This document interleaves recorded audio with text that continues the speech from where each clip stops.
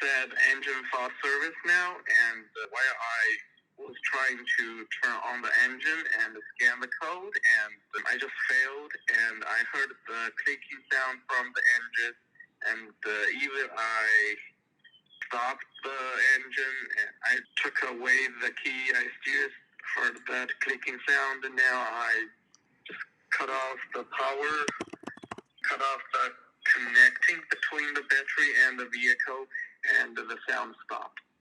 And that's what happened. So what you're saying is your engine doesn't start, correct? I think, I'm not sure actually. So what's your question to me? How can I help? Oh, I'm sorry. My question was just what I said. And so on my section, is this a battery issue or something else? So it could be a battery issue, and the only way to know for sure would be to actually check the battery voltage with a voltmeter.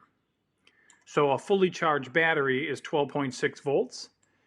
And then if it checks out good, we would go ahead and load test the battery.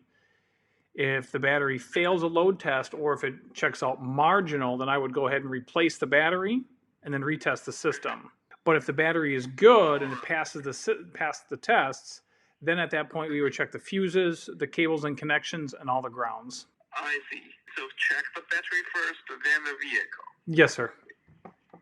I see. Do you think it can be a very serious issue of the vehicle? It could, but it's most likely going to be something simple. Thank you, sir. That makes sense. I'll go forward and check the battery first. Thank you. All right, you're welcome. Good luck. Oh, thank you, sir. You're welcome. Have a good day. You too. Bye-bye.